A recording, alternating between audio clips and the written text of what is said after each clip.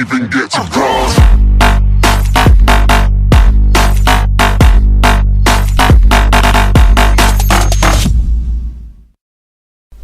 Hi guys, welcome to Terrible Gamers United.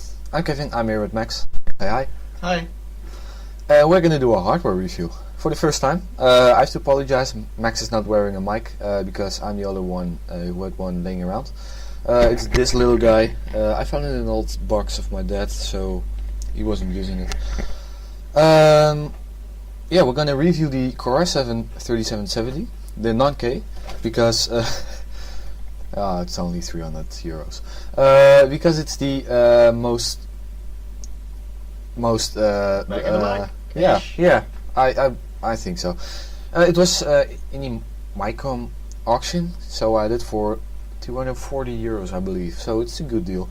It's LGA 1155 because I'm running on the older platform, and it's going to be on my current rig, which ran, because it's already in my rig, it ran on a i5 3350p. It's a lightweight processor running on 3.1 gigahertz, and I'm going to compare it with the i7 in the final result in 3D Mark. This one runs at 3.4 gigahertz stock with a 4.2 gigahertz boost clock, and in the test I didn't overclock it because I don't have a aftermarket cooler, so it already ran in stock speed like 70 degrees or so. Yeah, so let's get to the results then. Here we have Geekbench R15. I ran it 3 times to have Most accurate results. Yeah, most accurate results, I guess. The first run was, I believe, in all. No, not in all runs. The worst, but the Core i7 has 8 threads, 4 cores. It's hyper-threaded, so it renders with 8 threads. It's my first time rendering on 8 threads, so it was impressive. It's like you see 8 squares on the screen rendering your image. I scored 561 on the first, 580 on the second, and 576 I'm sorry, on the third run. It's not similar to the expected score from Intel, but we discussed it, and it's probably a RAM issue because Intel probably runs it on, I don't know, DDR3 Godzilla 2666 megahertz or something. Now I have consumer grade 1600 megahertz, so it's normal RAM. So this is about what you can expect. Second result, it's, if it works. No, it doesn't. Yeah, it works. It's Geekbench 32-bit because 64-bit is a paid application and I don't have money. I'm sorry, it's just true. Same problem. Processor. Yeah, I bought a processor. So, oh, by the way, I bought some thermal paste. So now officially all my money is gone because I messed up installing it. Sorry. Yeah, Geekbench. First try, way higher than the other results. Don't know why that is. It has received 2,777, I believe. It's over here. I've done a very professional spare piece of paper I had laying around, so yeah, professionality. It's a big deal. Key here. It's key. Yeah. So yeah, not a big difference. It probably, you know, some background application running or so. I don't know. It was single core, by the way. It's not multi-core. This is one core, so 2 threads. Geekbench multi-core, 32-bit, scores. How much is it? 11,280 average-ish. Agree? Yeah, probably. Probably. So it's a decent score. It comes around the 4770K, which is an unlocked 4th gen processor. It's more expensive, I believe. Probably. Yeah, it's a K, so it's more expensive. A K means unlocked, by the way. Unlocked means you can overclock the processor. It also means super cool. Super cool, yeah. K, it gives extra swag. So I'm sorry, it's horrible. I know. It's multi-core. This one, so 4 cores, 8 threads. So this uses the entire processor. I have to know this. This was a bit annoying. I'm running a stock cooler. I'm running it in a Cooler Master K220. It's a budget case, so it ran very hot. 60 degrees complete package, and about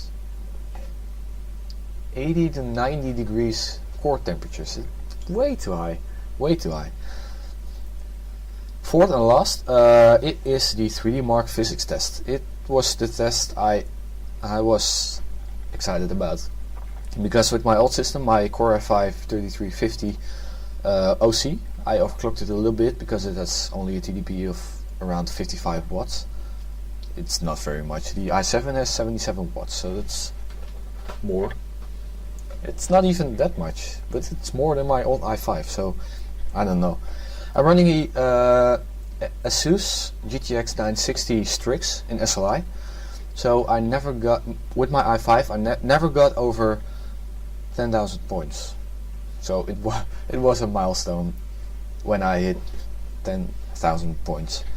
10,815 to be exact, with the i7 on stock speed, non-OC, because I'm not overclocking with the i7. As you can see, the i5 on stock speed scored, how much is it? I don't know. Don't have the thingy. About 58 on the stock. Yeah, 58 on stock speed indeed. It's an okay score. It's not very much, but to consider the i5, because it's only 150 bucks. 100 bucks in sale. It's still a good deal, really. I have it laying around here somewhere because I'm building a compact build when I have the money. So the i5 is going in there because of the low TDP. The i5 OC scores 4600, I believe. It's a pretty decent score. It lines up with the i5 4460 of my friend, and that's a higher end i5. 4460. And 4th gen. Yeah, 4th gen. 4th gen against 3rd gen, and I match up with a 50 bucks price difference. Yeah, 3rd gen rocks. Yeah. The i7 3770 scores 10,532 on the physics score. It's a really good score.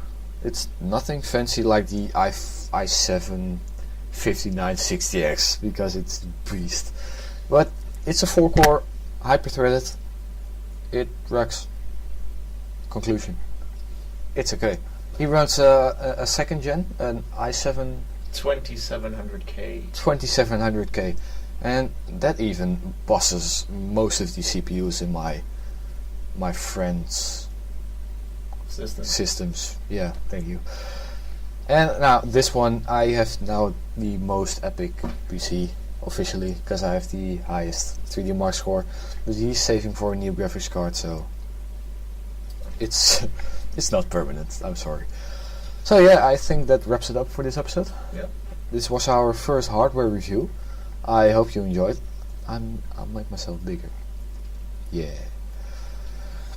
This was our first hardware review. We're planning on doing this more often when we have money. We're not sponsored, so sponsor us. Sponsor us. we are a small channel, so we aren't yet interesting for Intel. Just send us an i7. I want to review a Xeon processor because it rocks. I know. But yeah, that's it. I'll see you next time. It was Turbo Gamers United. This was Thermal Gamers United. So, how do? How do?